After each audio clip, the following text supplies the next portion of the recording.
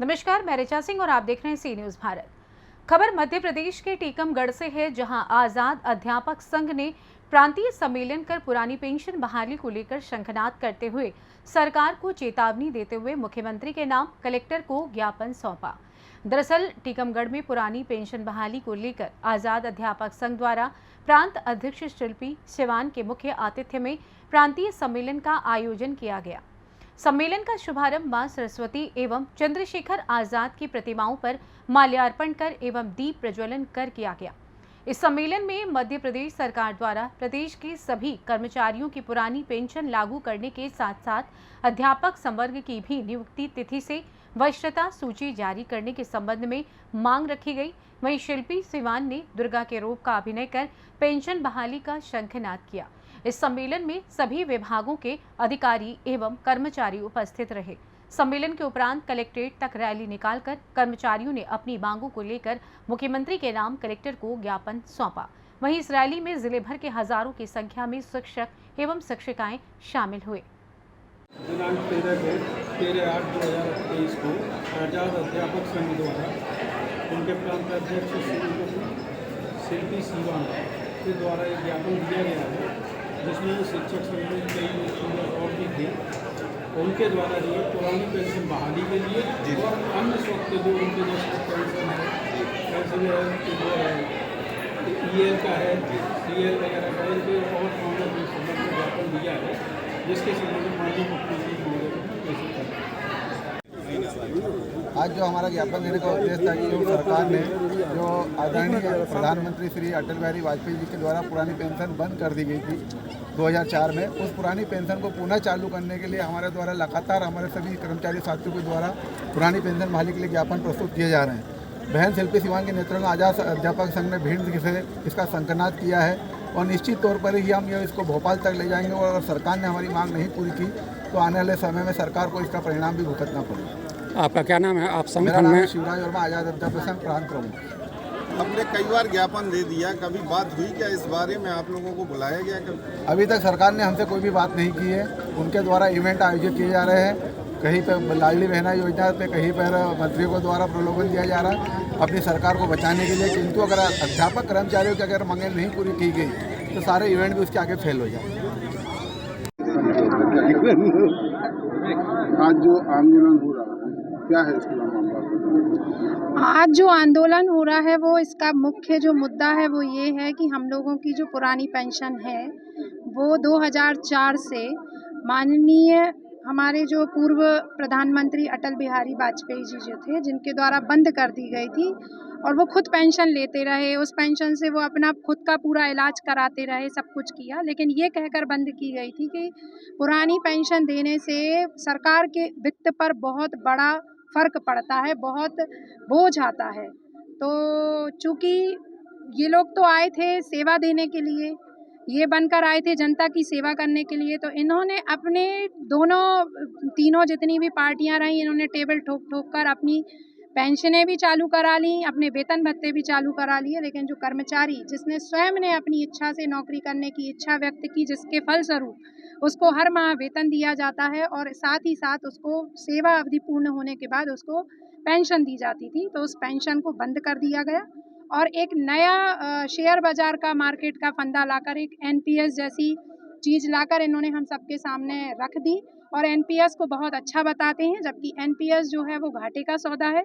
और आज हमारा जो अध्यापक या हमारा कर्मचारी जो NPS धारी है उसको किसी को 800 रुपये, किसी को 900 रुपये और किसी को 1200 रुपये मिल रहा है। और आप सब महंगाई की मार से आप सब भी भली भूति जानते हैं कि कैसी चल रही है और 800-900 रुपये में आजकल एक गैस का सिलेंडर नहीं आता, तो एक बुढ़ापे में व्यक्ति अपना जीवन यापन कैसे करेगा, जिससे कि दवाइयों का खर्चा ही उसका 1000 रुपये महीने का करीब कई बार धरना प्रदर्शन भी किया भोपाल में, और कभी इस बारे में चर्चा हुई क्या मुख्यमंत्री?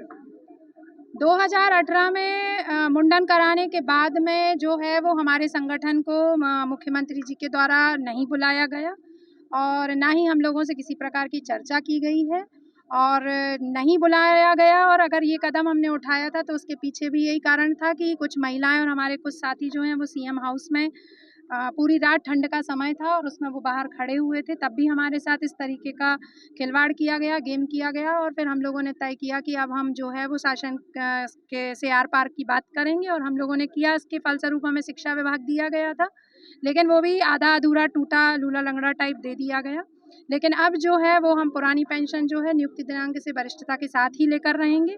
अगर माननीय जी के पास समय है, वो हमें बुलाकर हम लोगों के साथ वार्ता करें, चर्चा करें। अनुनय विनय और वार्ता से जो चीज़ें हैं वो सुधरती हैं, अच्छी होती हैं। तो चूँकि राखी आने वाली है, तो बहन होने के नाते मैं रूठे हुए भाई को मनाते हुए ये कह रही हूँ कि भैया जी 27 तारीख को ही बुला लीजिए अपनी इस बहन को, तो राखी भी बांध दूंगी और आपके साथ बैठकर चर्चा भी कर लूंगी, ताकि जो ये है संघर्ष जैसी ये कहानी फिर से ना दोहरे। अभी जो विधानसभा चुनाव आने वाले हैं, इसमें क्या भूमिका रहेगी? आप लोगों को क्या संदेश देना चाह रहे हैं?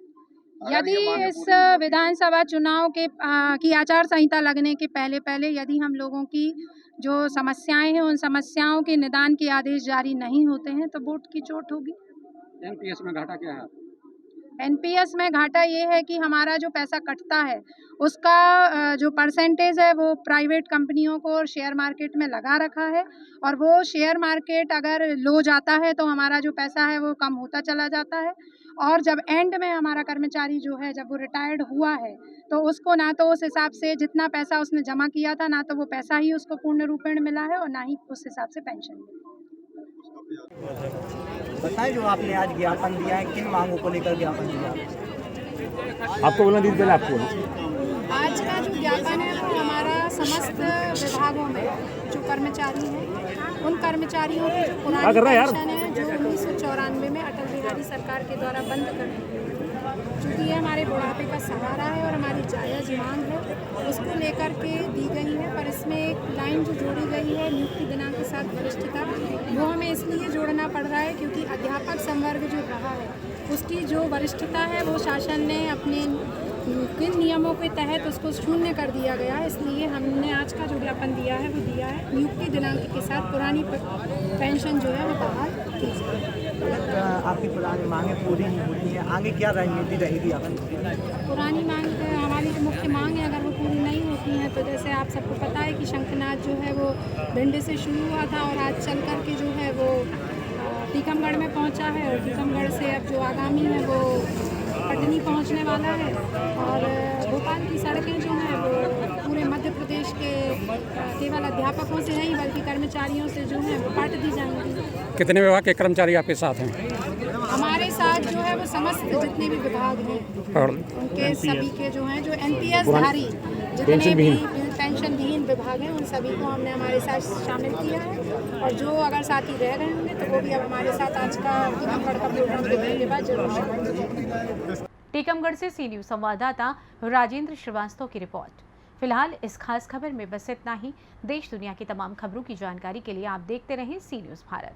हर खबर आपके साथ, आपके हाथ।